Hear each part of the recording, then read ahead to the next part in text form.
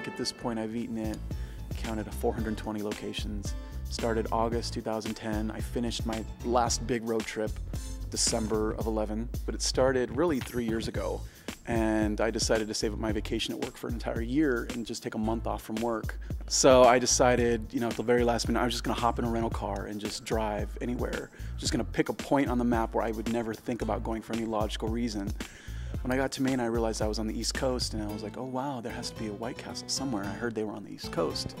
So I got online and got on my phone, and I was like, oh wow, there's one in Cleveland. I passed Cleveland on my way to Maine. I'm gonna go back there on the way home. And I ended up in the drive-thru at midnight.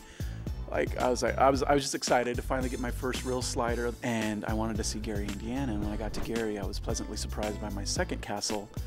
Got the best customer service ever. I still remember the young lady. I gave that store the award for best customer service. And I thought, okay, in a joking manner, I'm just gonna eat at everyone in the country.